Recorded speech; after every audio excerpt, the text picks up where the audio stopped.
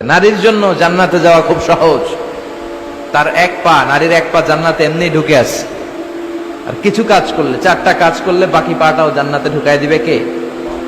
বিষ্ণু বলেছেন 4টা কাজ যদি কোনো নারী ঠিকঠাক মতো এই দুনিয়ার বুকে করতে পারে, আল্লাহ তাআলা 8টা জান্নাতের দরজাই নারীর জন্য খুলে দিবে।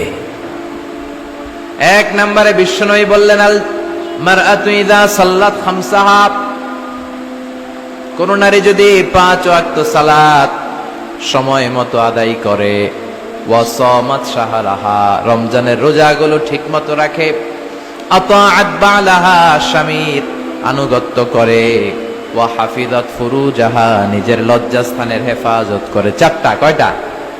5 ওয়াক্ত সালাত, রমাদানের রোজা, স্বামীর আনুগত্য। এখন এটা উঠে গেছে সমাজে। কে কার উপর ডমিনেটিং করবে এই নিয়ে গুতাগুতি আছে না নাই? কে বড় হবে, কে মশারি টাঙ্গাবে রাত্রে?